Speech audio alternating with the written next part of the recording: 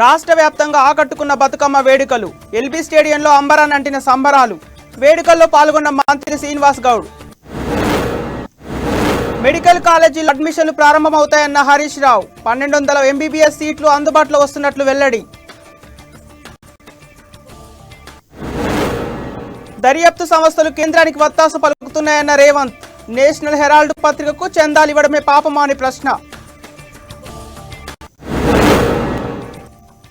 TRS ముఖ్య నేతల ఫోన్లు కూడా కేసీఆర్ ట్యాపింగ్ చేస్తున్నారని కిషన్ రెడ్డి వెల్లడి జాతీయ పార్టీ పేరుతో సీఎం కొత్త తెర లేపారని కేంద్ర మంత్రి ఎద్దేవా మునుగోడు బైపోల్ నోటిఫికేషన్ విడుదల చేసిన ఈసీ నవంబర్ 7న నామినేషన్ల స్వీకరణ నవంబర్ 3న బైపోల్ పోలింగ్. ఇక వివరాల్లోకి వెళ్తే హైదరాబాద్ ఎల్బీ స్టేడియంలో మెగా బతుకమ్మ సంబరాలు అంబరాన్ని అంటాయి. తెలంగాణ పల్లె పట్టణ దారులన్నీ ఎల్బీ స్టేడియం వైపు మళ్లాయి. తెలంగాణ సంస్కృతికి అద్దం పట్టేలా మహిళా లోకం ఆటపాటలతో హోరెత్తించింది. వేలాదిగా తరలి వచ్చిన మహిళలు కోలాటాలు డప్పు వాయిద్యాలతో ఆకట్టుకున్నారు. 20 అడుగుల బతుకమ్మ ప్రత్యేక ఆకర్షణగా నిలిచింది. ఈ కార్యక్రమంలో మేయర్ విజయలక్ష్మి, మంత్రి శ్రీనివాస్ గౌడ్, సాహిత్య అకాడమీ అధ్యక్షుడు జూలూరు గౌరీశంకర్ పాల్గొన్నారు. సద్దుల బతుకమ్మ విశిష్టతను తెలియజేస్తూ నగరంలోని మహిళలతో పాటు మంత్రి శ్రీనివాస్ గౌడ్ తో మా correspondent Keerthana face to face. చూస్తున్నారు కదండి, ఇక్కడ ఎల్బీ స్టేడియంలో మనము అందరం ఆల్రెడీ బతుకమ్మల్ని తీసుకెళ్తూ నిమజ్జనం చేయడానికి అని చెప్పి ట్యాంక్ వరకు తీసుకెళ్తున్నాము. మనతో పాటు చాలా మంది మహిళలు and at the same time Srinivas Goud గారు ఉన్నారు, మంత్రి, మళ్ళీ మన మేయర్ గారు ఉన్నారు, చైర్మన్ ఆఫ్ ఎల్బీ స్టేడియం గారు కూడా ఉన్నారు. సో వీళ్ళందరి నడుమున మహిళలు ఎంతో మంది వేల సంఖ్యలో ఇక్కడికి చేరుకున్నారు. సాయంత్రం 6 నుంచి అవుతాయి అని చెప్పారు, కానీ అనుకున్న దానికంటే 1 గంట ముందే స్టార్ట్ అయిందని చెప్పుకోవచ్చు.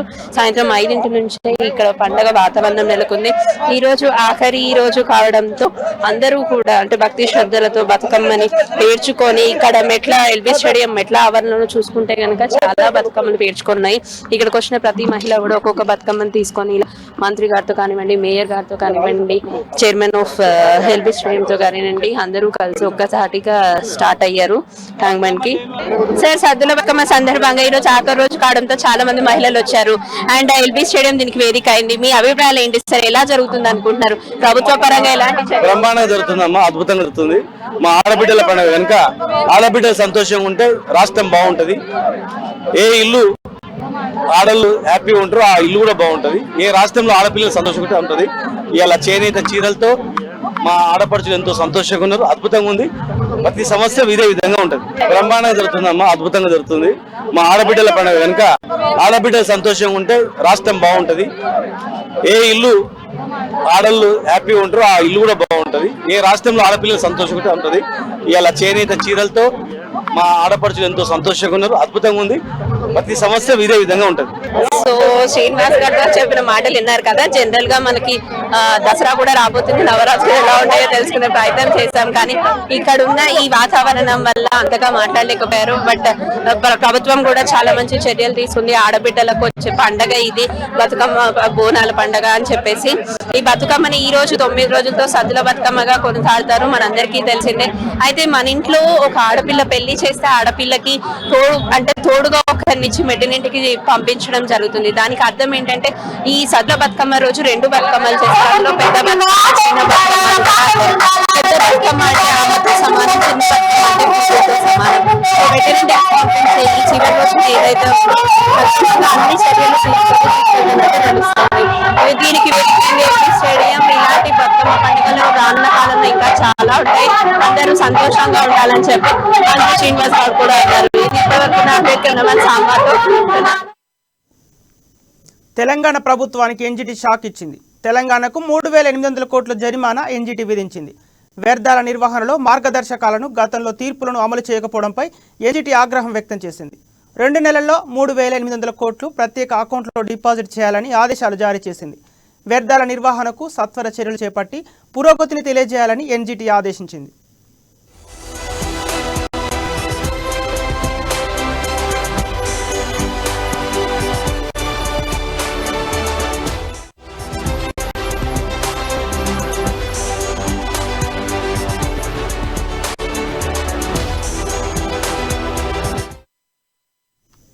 దసరా సందర్భంగా రాష్ట్ర వైద్య ఆరోగ్య శాఖ మంత్రి హరీష్ రావు శుభవార్త చెప్పారు. రాష్ట్రంలో కొత్తగా 8 మెడికల్ కాలేజీల్లో అడ్మిషన్లు ప్రారంభం కానున్నాయని ప్రకటించారు. ఈ కాలేజీలో 1200 ఎంబీబీఎస్ సీట్లు అందుబాటులోకి వస్తాయని అన్నారు. 1-2 రోజుల్లో అడ్మిషన్ నోటిఫికేషన్ విడుదల చేస్తామని తెలిపారు. స్వరాష్ట్రం ఏర్పడితేనే మెడికల్ కాలేజీలు వస్తాయని, ఉద్యమ సమయంలో కన్నకళ ఇప్పుడు నిజమవుతోందని హరీష్ రావు అన్నారు. సమైక్య రాష్ట్రంలో కేవలం వరంగల్, నిజామాబాద్, ఆదిలాబాద్లో మాత్రమే 3 మెడికల్ కాలేజీలు వచ్చాయని, తెలంగాణ ఏర్పడిన తర్వాత గత 7 ఏళ్లలో 12 మెడికల్ కాలేజీలు వస్తే వాటిలో 8 ఈ ఏడాది తీసుకొచ్చామని స్పష్టం చేశారు. తెలియజేస్తూ ఈ శుభ సందర్భంలో, ఈ బతుకమ్మ దసరా పండుగ శుభ సందర్భంలో రాష్ట్ర ప్రజలందరికీ కూడా శుభవార్త చెప్పాలని చెప్పి ఈరోజు ఈ ప్రెస్ మీట్ పెట్టుకోవడం జరిగింది. ఈ మన తెలంగాణ రాష్ట్రంలో ఈ విద్యా సంవత్సరం కొత్తగా 8 ప్రభుత్వ మెడికల్ కాలేజీల్లో అడ్మిషన్స్ చేయబోతా ఉన్నాం. 8 ప్రభుత్వ మెడికల్ కాలేజీల్లో 1200 మందికి మరి కొత్తగా అడ్మిషన్స్ లభించబోతా ఉన్నాయి. ఇది గొప్ప అద్భుతమైనటువంటి విజయం. 1200 ఎంబీబీఎస్ సీట్లు ఒక విద్యా సంవత్సరంలో యాడ్ కావడం అనేది ఇది బహుశా దేశ చరిత్రలోనే వన్ ఆఫ్ ఇట్స్ కైండ్. ఎందుకంటే మీరు ఒక్కసారి ఆలోచిస్తే సమైక్య రాష్ట్రంలో మేము గతంలో మాట్లాడేవాడిని, నేను కూడా ఉద్యమ నాయకుడిగా చాలాసార్లు గాంధీ ఆసుపత్రికి వెళ్ళేవాడిని. ఉస్మానియా ఆసుపత్రికి వెళ్ళి రాష్ట్రం ఏర్పడితేనే మాకు మెడికల్ కాలేజీలు వస్తాయని 2004 నుంచి 2014 మధ్య పలుసార్లు గాంధీ ఆసుపత్రికి వెళ్ళి నేను మాట్లాడినా, విద్యార్థులను ఉద్దేశించి ప్రసంగించాం. అంటే సమైక్య రాష్ట్రంలో తెలంగాణకు అన్యాయం జరిగింది. మునుగోడు ఉప ఎన్నికకు ఈసీ షెడ్యూల్ విడుదల చేసింది. ఈ నెల 7వ తేదీన నోటిఫికేషన్ విడుదల కానుండగా 14వ తేదీన నామినేషన్లు దాఖలు చేసేందుకు చివరి తేదీగా ప్రకటించారు. 17వ తేదీ నామినేషన్లు ఉపసంహరించుకునేందుకు చివరి తేదీగా నిర్ణయించారు. నవంబర్ 3వ తేదీన పోలింగ్ జరగనుంది. 6వ తేదీన కౌంటింగ్ జరగనుండగా అదే రోజున తుది ఫలితాలు వెలువడనున్నాయి. కాగా ఇప్పటికే కాంగ్రెస్, బీజేపీ అభ్యర్థులను ప్రకటించి ప్రచారంలో దూకుడు పెంచగా అధికార టీఆర్ఎస్ పార్టీ నేటికి అభ్యర్థిని ప్రకటించకపోవడం గమనార్హం. బీజేపీ అభ్యర్థిగా కోమటిరెడ్డి రాజగోపాల్ రెడ్డి బరిలోకి ఎగుతుండగా కాంగ్రెస్ నుండి పాల్వాయి శ్రవంతి పోటీ చేస్తున్నారు.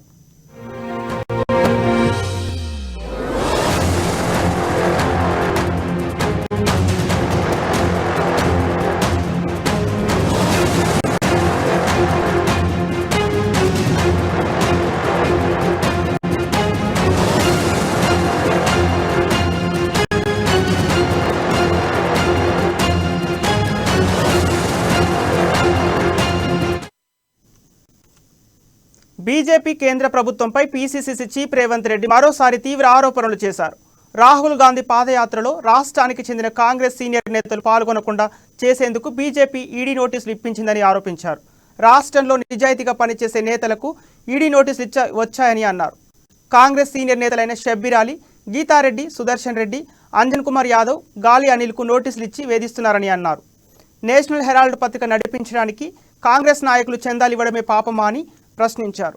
రాహుల్ గాంధీ పాదయాత్రకు రక్షణ కల్పించకుండా అడ్డుకోవడానికి కేంద్రం కుట్రలు పన్నుతోందని రేవంత్ రెడ్డి ఆరోపించారు. వారిని విచారణకు పిలిచిండ్రు.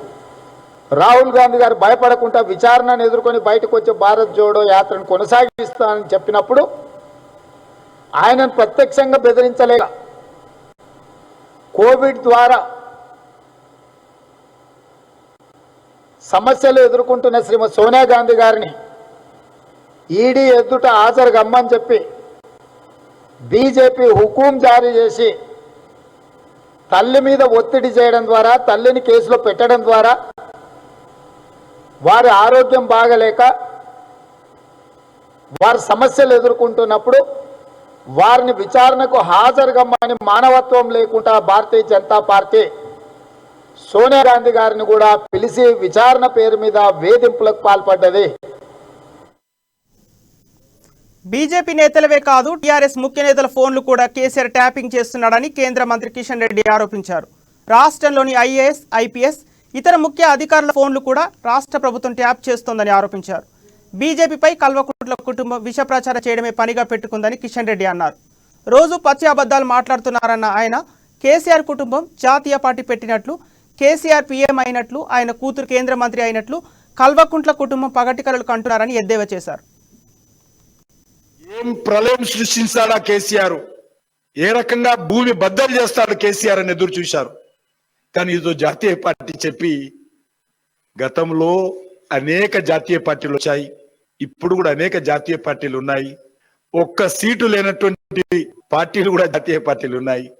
కాబట్టి ఆ పార్టీ చెప్పి పబ్బం గడిపేటువంటి ప్రయత్నం తెలంగాణ ప్రజల మీద రుద్దుతే, తెలంగాణ ప్రజలు చాలా చైతన్యమైన ప్రజలు, వాస్తవాన్ని చాలా తొందరగా అర్థం చేసుకున్నటువంటి శక్తి కలిగినటువంటి ప్రజలు తెలంగాణ ప్రజలు, ఉద్యమాలే ఊపిరిగా బ్రతికినటువంటి వాళ్ళు తెలంగాణ ప్రజలు, అనేక నియంత్రణలను కూలదోసినటువంటి వాళ్ళు తెలంగాణ ప్రజలు, అనేక త్యాగాలు చేసిన చరిత్ర తెలంగాణ ప్రజలది. కాబట్టి మీ జాతీయ పార్టీ పేరుతో తెలంగాణ ప్రజలను మభ్య పెట్టలేరు. ధన్యవాదాలు. దేశవ్యాప్తంగా బీజేపీకి సిసలైన ప్రత్యామ్నాయం ఏదైతే ఉంది అంటే కల్వకుంట్ల కుటుంబమే. నేనంటలేను, కల్వకుంట్ల కుటుంబమే అని ఈరోజు కేసీఆర్ కుటుంబ సభ్యులు ప్రకటిస్తున్నారు. సంతోషం. ముందు తెలంగాణలో ఎవరు ప్రత్యామ్నాయమో, తెలంగాణ ప్రజలు ఎవరిని ఆదరిస్తారో. కేటీఆర్ కు సీఎం పదవి కట్టబెట్టేందుకే కేసీఆర్ జాతీయ రాజకీయాల్లోకి వెళ్తున్నారని కోమటిరెడ్డి రాజగోపాల్ రెడ్డి ఆరోపించారు. మునుగోడు ఉప ఎన్నికపైనే రాష్ట్ర ప్రజల భవిష్యత్తు ఆధారపడి ఉందని, అందుకే ప్రజలు ఆలోచించి ఓటు వేయాలని పిలుపునిచ్చారు. మునుగోడు తీర్పు తర్వాత కేసీఆర్ పత్తా లేకుండా పోవడం ఖాయమన్న రాజగోపాల్, మునుగోడులో తాను గెలిస్తే కేంద్రం నుండి నిధులు తెచ్చి అభివృద్ధి చేస్తానని హామీ ఇచ్చారు. బీజేపీతోనే రాష్ట్ర అభివృద్ధి సాధ్యమన్న ఆయన రానున్న ఎన్నికల్లో కమలం పార్టీ గెలవడం ఖాయమని ధీమా వ్యక్తం చేశారు. ప్రజలపై నమ్మకంతో రాజీనామా చేసిన తనకు అండగా నిలవాలని కోరారు. ఒక ప్రత్యేక పరిస్థితిలో వచ్చిన ఈ మునుగోడు ఉప ఎన్నిక ద్వారా తీర్పు ఇవ్వబోయేది మునుగోడు ప్రజలైనా సరే, ఈ ఎన్నిక అనేది ఈ తెలంగాణ రాష్ట్ర ప్రజలందరి భవిష్యత్తుకు సంబంధించిన ఎన్నిక ఇది. ఎందుకంటే ఇప్పుడు మన ఆనాడు కాకా వెంకటస్వామి గారు తెలంగాణ కోసం ఏదైతే కలలు కన్నారో, ఆయన చనిపోయే లోపల తెలంగాణ రాష్ట్రాన్ని కల్లారా చూసి చనిపోవడం జరిగింది. చాలా సంతోషకరం. ఎందుకంటే ఆ రోజు నేను ఎంపీగా ఉండే వివేక్ గారు మేమందరం కలిసి పార్లమెంట్ లో తెలంగాణ కోసం కొట్లాడి తెలంగాణ రాష్ట్ర సాధనలో ఒకవైపు తెలంగాణలో ఉద్యమం జరుగుతుంటే, ప్రాణాలు పోతుంటే చూడలేక సొంత పార్టీ అయిన కాంగ్రెస్ పార్టీ అధిష్టానం మీద ఒత్తిడి తీసుకొచ్చి పార్లమెంటుని ఎన్నోసార్లు స్తంభింపజేసి చరిత్రలో రూలింగ్ పార్టీ ఎంపీల అయినా సరే మమ్మల్ని సస్పెండ్ చేసిన చరిత్ర మాది. అయినా కానీ పట్టు వదలని విక్రమార్కునిలాగా తెలంగాణ రాష్ట్ర బిల్లు పార్లమెంట్ లో పాస్ అయ్యేంత వరకు ఆనాడు వివేక్ గారి నాయకత్వంలో 12 మంది పార్లమెంట్ సభ్యులం 24 అవర్స్ కాంగ్రెస్ పార్టీ అధిష్టానం మీద, కేంద్ర ప్రభుత్వం మీద ఒత్తిడి తీసుకొచ్చి తెలంగాణ రాష్ట్రాన్ని సాధించుకున్న విషయం మీ అందరికీ తెలుసు, తెలంగాణ రాష్ట్ర ప్రజలందరికీ. అయినా కాంగ్రెస్ పార్టీ ఓడిపోయినా, పార్లమెంట్ సభ్యునిగా మేమందరం ఓడిపోయినా, మాకు అధికారం రాకపోయినా బాధపడలేదు. ఎందుకంటే ఈ తెలంగాణ రాష్ట్రం టీఆర్ఎస్ పార్టీ కేసీఆర్ గారు ఆ రోజు కొట్లాడిండు, ఉద్యమం చేసిండు కాబట్టి. కుట్రలు కుతంత్రాలకు భారతీయ జనతా పార్టీ పెట్టింది పేరని రాష్ట్ర విద్యుత్ శాఖ మంత్రి జగదీష్ రెడ్డి దుయ్యబట్టారు. అటువంటి కుతంత్రాలతో భాగమే మునుగోడు ఎన్నిక అని ఆయన తేల్చి చెప్పారు. ఎవరెన్ని కుట్రలకు తెరలేపినా అంతిమ విజయం ముఖ్యమంత్రి కేసీఆర్ నేతృత్వంలోని టీఆర్ఎస్ పార్టీదేనని ఆయన స్పష్టం చేశారు. మరొక వైపు ధరలు అడ్డగోలుగా పెంచి, నిత్యావసర ధరలు అడ్డగోలుగా పెంచి, గ్యాస్, డీజిల్, పెట్రోల్ ధరలు పెంచి ప్రజల జేబులకు చిల్లులు పెడుతూ పేద మధ్యతరగతి ప్రజల పొట్టలు కొడుతున్న బీజేపీ పార్టీకి బుద్ధి చెప్పడానికి మునుగోడు ప్రజలు సిద్ధంగా ఉన్నారు. ప్రత్యేకించి ఒక కోవర్టును కొనుక్కోవడం ద్వారా తెలంగాణ రాష్ట్ర అభివృద్ధిని అడ్డుకోవడానికి బీజేపీ చేస్తున్న ప్రయత్నాన్ని మునుగోడు ప్రజలందరూ కూడా అర్థం చేసుకున్నారు. భారతదేశంలోనే ఒక కొత్త అభివృద్ధి నమూనాను తీసుకొచ్చి ప్రజలు అడిగినా అడగకపోయినా ప్రజల మనసులో ఉన్న బాధను తనే స్వయంగా తెలుసుకొని ఆ బాధల నుంచి విముక్తి చేయడానికి పరిష్కారాలు వెతుకుతూ అనేక నూతన పథకాలను తీసుకొస్తున్న ముఖ్యమంత్రి కేసీఆర్ గారి నాయకత్వాన్ని పెద్ద ఎత్తున బలపరచడానికి, ఒకవైపు వ్యవసాయ రంగంలో అద్భుతమైన ప్రగతిని సాధిస్తూ దూసుకుపోతున్న ముఖ్యమంత్రి గారి ఆలోచనలకు అడ్డుకట్ట వేస్తూ వ్యవసాయ రంగాన్ని, విద్యుత్ రంగాన్ని తీసుకుపోయి ప్రైవేట్ పెట్టుబడిదారులకు దోషిపెట్టాలన్న కేంద్ర ప్రభుత్వ దుర్మార్గాలకి బీజేపీ పార్టీ. బీఆర్ఎస్ పేరుతో కేసీఆర్ నాటకాలు ఆడుతున్నాడని బీజేపీ జాతీయ కార్యవర్గ సభ్యులు వివేక్ వెంకటస్వామి విమర్శించారు. దేశవ్యాప్తంగా లిక్కర్ దందా చేయడం కోసమే బీఆర్ఎస్ ఏర్పాటు చేస్తున్నారని ఆరోపించారు. 8 ఏళ్లలో కేసీఆర్ చేసిందేమీ లేదని, ఇచ్చిన ఒక్క హామీని కూడా నెరవేర్చలేదని ఆరోపించారు. ధనిక రాష్ట్రాన్ని అప్పుల రాష్ట్రంగా మార్చారని విమర్శించారు. రాష్ట్రం ఏర్పడిన నాటికి 60,000 కోట్ల మిగులు బడ్జెట్ ఉంటే 8 ఏళ్లలో కేసీఆర్ 5 లక్షల కోట్లు అప్పు చేశారని మండిపడ్డారు. మొన్న ఇక్కడ పబ్లిక్ మీటింగ్ చేసినప్పుడే అర్థమైపోయింది. 5 ఎకరాలలో పబ్లిక్ మీటింగ్ చేసిన ముఖ్యమంత్రి అక్కడ ప్రజలు ఎవరైతే అటెండ్ చేసినారో బయటికి వచ్చిన తర్వాత అన్ని విమర్శలే చేసినారు ముఖ్యమంత్రి పైన.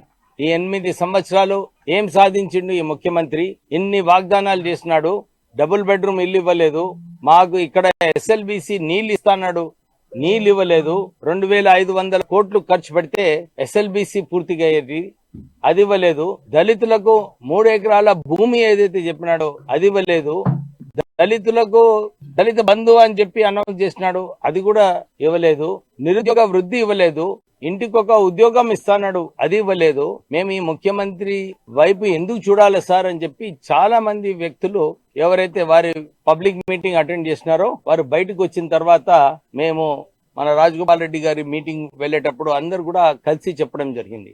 అమిత్ షా గారి మీటింగ్ ఏమో 25 ఎకరాలలో ప్రజల స్పందన చూసి ముఖ్యమంత్రికి అనిపించింది, పోయింది మునుగోడు పోయింది, మునుగోడు ఓడిపోతే తెలంగాణ రాష్ట్ర సమితి ఏదైతే పార్టీ ఉందో అది పార్టీ కూడా కష్టాలలో ఉండదని చెప్పి అర్థమైపోయింది. ఆ టిఆర్ఎస్ పార్టీ కష్టాలలో ఉండే ముందే నేను ఒక భారతీయ రాష్ట్ర సమితి అని చెప్పి నాటకాలు ఆడుతుండే ముఖ్యమంత్రి. నిజంగానే తెలంగాణలో ఏం సాధించిండు? ప్రజలకు ఏదైతే వాగ్దానం ఇచ్చిండో డబుల్ బెడ్రూమ్ ఇల్లు ఇవ్వలేదు.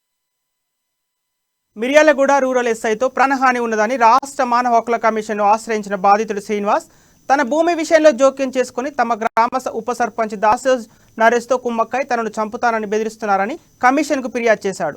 నల్గొండ జిల్లా మిర్యాలగూడ మండలం వెంకటాద్రిపాలెం గ్రామానికి చెందిన దాసరాజు శ్రీనివాస్ తన భూమి సర్వే నెంబర్ 14లో సంబంధం లేని వాళ్లు తలదూర్చారని తనపై దాడి చేసిన దాసరాజు నరేష్, శ్రీనివాస్, సతీష్, సురేష్, నాగేశ్వరరావులపై మిర్యాలగూడ రూరల్ పోలీసులకు ఫిర్యాదు చేసినా పట్టించుకోలేదన్నారు. తన కేసుని ఎస్ఐ పట్టించుకోవడం లేదని నల్గొండ ఎస్పీకి ఫిర్యాదు చేసినట్టు తెలిపారు. ఎస్పీకి ఫిర్యాదు చేయడాన్ని ఎస్ఐ రామ్మూర్తి సీరియస్గా తీసుకున్నారని, తన గ్రామ ఉప సర్పంచ్ కక్షగట్టి చంపుతున్నామని బెదిరింపులకు పాల్పడుతున్నాడని పేర్కొన్నారు.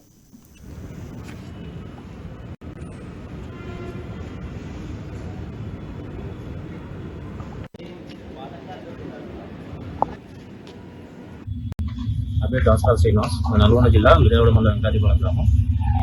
మా గ్రామంలో సర్వే నెంబర్ 12లో మా తాతగారు అయిన దాసరాజు సోమయ్య సన్న నారాయణ పేరు 2 ఎకరాల 4 గుంటల భూమి ఉంది. ఆయన మా నాన్న వాళ్ళ పెదనాన్న అవుతాడు. ఆ భూమిని తండ్రి పేరు నారాయణ అనే తండ్రి పేరుని మార్చి మా గ్రామానికి చెందిన దాసరాజు సోమయ్య అనే వ్యక్తి రికార్డులలో మార్చి సోమయ్య సన్న రామయ్యగా మార్చి సోమయ్య కుమారులు అయిన దాసరాజు శ్రీనివాస్, దాసరాజు ధనంజయుల పేర్ల మీద మార్చడం జరిగింది. అందులో ఉన్న దాసరాజు శ్రీనివాస్ పేరు మీద ప్రజెంట్ 1 ఎకరం 2 గుంటల భూమి ఉంది.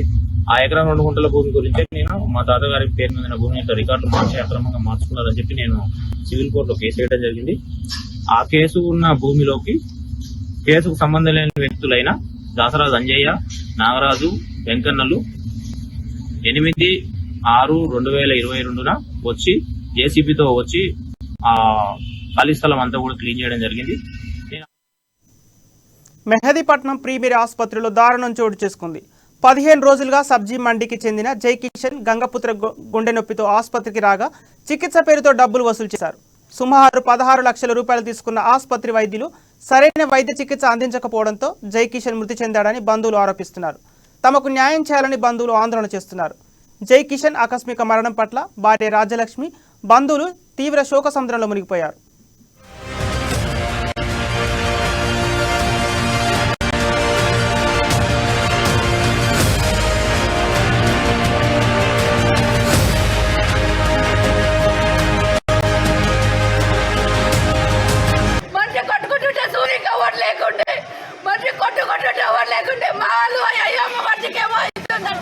అప్పుడు వచ్చి డాక్టర్లు స్పందించారు.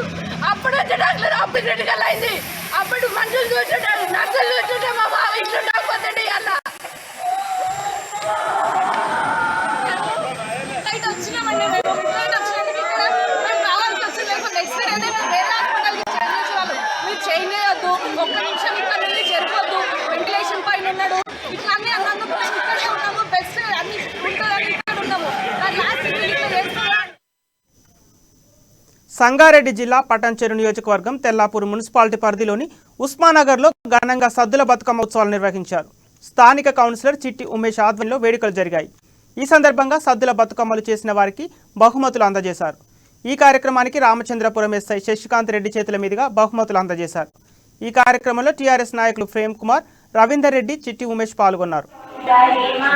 దేవి నవరాత్రులలో భాగంగా గత 8 రోజులుగా హనుమాన్ మందిర్ భాగ్యనగర్లో నిర్వహిస్తున్న కార్యక్రమాలలో భాగంగా శ్రీ నంద శేఖర్ గారు, వారి సతీమణి, ఇతర మహిళలు అందరూ కూడా, భాగ్యనగర్ మహిళలందరూ కూడా పాల్గొంటూ వారి దుర్గాదేవికి సంబంధించిన అవతారాలను రోజు వాటికి సంబంధించిన చీరలు లేదా ప్రసాదాలను కూడా అందిస్తూ చాలా ఘనంగా పొద్దున సాయంత్రము పూజలు నిర్వహిస్తూ అమ్మవారికి పంచా సేవనం చేస్తున్నాము. అదేవిధంగా ప్రతి మహిళ కూడా భక్తితో భక్తి పారవశ్యంలో మునిగి వారికి వచ్చిన మంగళహారతి పాటలతోనూ వారి యొక్క భక్తి పాటలతోనూ అలరిస్తూ వారికి అనేక విధాల సేవలు చేసుకుంటున్నాము. ఈ రోజు కుంకుమార్చన కూడా నిర్వహించడం జరుగుతుంది. కుంకుమార్చన చేయడం వల్ల మహిళల విశ్వాసాన్ని అదేవిధంగా అన్ని విధాల కూడా సుఖ సంతోషాలతో ఆరోగ్యాలతో ఉండాలని కోరుకుని ఈ కుంకుమార్చనలో భాగంగా అందరూ మహిళలు పాల్గొనడం చాలా సంతోషదాయకం. గోదావరిలో అంటే ఎటకారమే కాదు, భక్తి ప్రేమాభిమానాలకు పెట్టింది పేరు. ఊరికే మాటలు చెప్పడం కాదు, చేతులతో చూపిస్తుంటారు. ఇదిగో అలాంటి దంపతులే వీరు. తూర్పుగోదావరి జిల్లా కడియం మండలం కడియపులంకకు చెందిన లారీ ట్రాన్స్పోర్ట్ యజమాని వరద వీర వెంకట సత్యనారాయణ, లావణ్య దంపతులు ఏడుకొండల దర్శనానికి తిరుపతి వెళ్లారు. గోదావరి జిల్లాల వారు అధికంగా కాలినడకనే ఏడుకొండలు ఎక్కుతామని మొక్కుకుంటారు. వీరు కూడా శ్రీవారి మెట్లు నడిచి వెళ్తున్నారు. అయితే వేగంగా మెట్లు ఎక్కుతున్న సత్యబాబును చూసి భార్య లావణ్య, మీరు ఎక్కడం కాదు, దమ్ముంటే నన్ను ఎత్తుకొని ఎక్కమని సరదాగా సవాల్ చేసింది. ఆ సవాల్ను సీరియస్గా తీసుకున్న సత్యబాబు భార్యను భుజాలపైకి ఎక్కించుకొని మెట్లు ఎక్కడం మొదలుపెట్టారు. 1 కాదు 2 కాదు, ఏకంగా 70 మెట్లు ఎక్కారు. అలా ఆ జంట వెళ్తుంటే ఫోటోలు, వీడియోలు తీయడానికి మిగిలిన భక్తులు పోటీ పడ్డారు.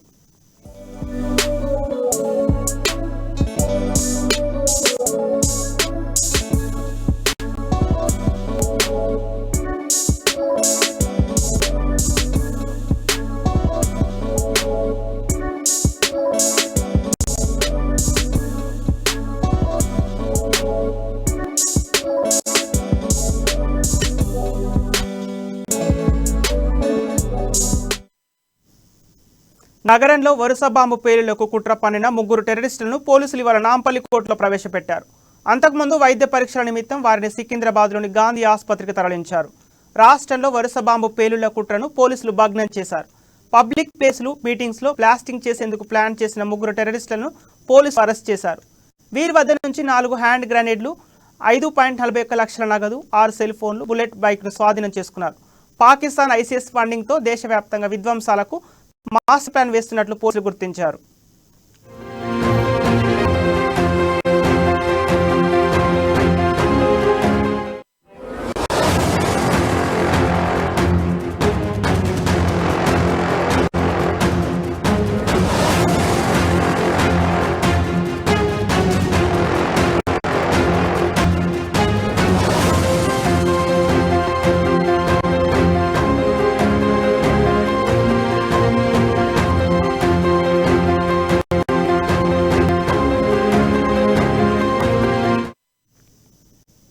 అక్టోబర్ 5న తెలంగాణ భవన్లో నిర్వహించనున్న టీఆర్ఎస్ జనరల్ బాడీ మీటింగ్ యథావిధిగా జరుగుతుందని సీఎం కేసీఆర్ స్పష్టం చేశారు.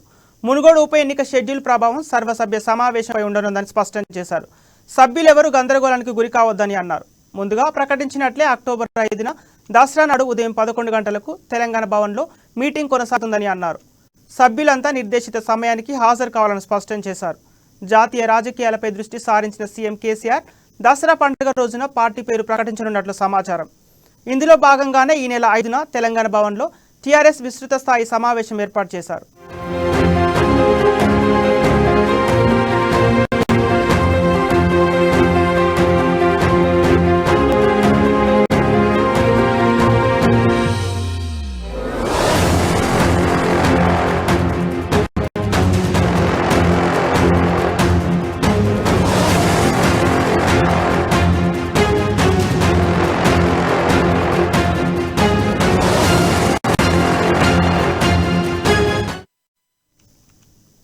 మునుగోడు ఉప ఎన్నికకు షెడ్యూల్ విడుదలైన కావడంతో బండి సంజయ్ పాదయాత్రను వాయిదా వేసుకున్నారు. నవంబర్ 3న ఉప ఎన్నిక పోలింగ్ జరగనుండటంతో మునుగోడుపై గురిపెట్టేందుకు సంజయ్ పాదయాత్ర వాయిదా పడింది. 4 విడతలను పూర్తి చేసుకున్న సంజయ్ పాదయాత్ర 5వ విడత ఈ నెల 15 నుంచి చేపట్టాలి. కానీ మునుగోడు ఉప ఎన్నిక షెడ్యూల్ విడుదల కావడంతో ఆయన పాదయాత్రను వాయిదా వేసుకున్నారు. బీజేపీ తరపున కోమటిరెడ్డి రాజగోపాల్ రెడ్డి బరిలోకి దిగుతుండటంతో బీజేపీ నేతలు ఎలాగైనా మునుగోడులో విజయం సాధించాలని భావిస్తున్నారు. అయితే రద్దు చేయబడిన పాదయాత్ర రీషెడ్యూల్ త్వరలోనే ప్రకటిస్తామని ఆ పార్టీ శ్రేణులు పేర్కొన్నారు.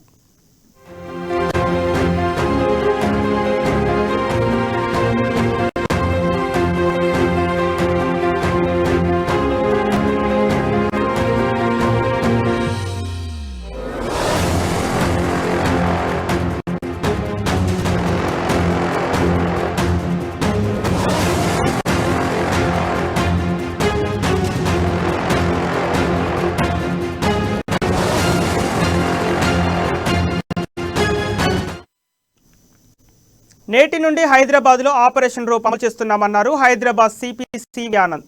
కొత్త ట్రాఫిక్ రూల్స్ అమల్లోకి వచ్చాయని మరో 3-4 రోజుల పాటు వాహనదారుల్లో అవగాహన కల్పిస్తామన్నారు. చలాన్లు వెంటనే అమలు విధించడం లేదని 3 రోజుల తర్వాత చలాన్లు పక్కాగా అమలు పరుస్తామన్నారు. వాహనదారుల్లో పరివర్తన రావాలన్న సిపి అన్ని ట్రాఫిక్ సమస్యలు పరిష్కరిస్తామని పేర్కొన్నారు.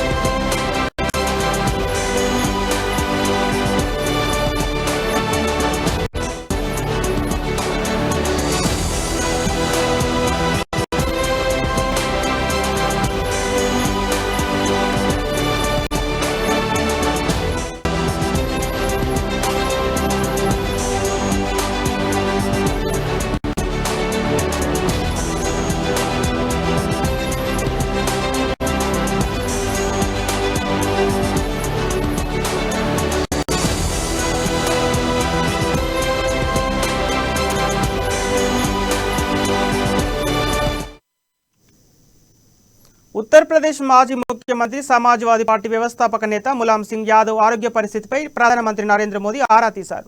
గురుగ్రామ్లోని మేదంతా ఆసుపత్రిలోని ఐసీయూ చికిత్స పొందుతున్న ములాయం గురించి ఆయన తనయుడు అఖిలేష్ యాదవ్తో మోదీ మాట్లాడారు. ఏదైనా సహాయం అవసరమైతే చేయడానికి సిద్ధంగా ఉన్నామని అఖిలేష్కు మోదీ భరోసా ఇచ్చారు. ఆరోగ్యం క్షీణించి తొలుత ప్రైవేట్ వార్డులో చేరిన ములాయం ఆక్సిజన్ స్థాయి తగ్గడంతో వెంటనే ఐసీయూ వార్డుకు తరలించారు. ప్రస్తుతం ఆయన ఆరోగ్యం నిలకడగా ఉంది.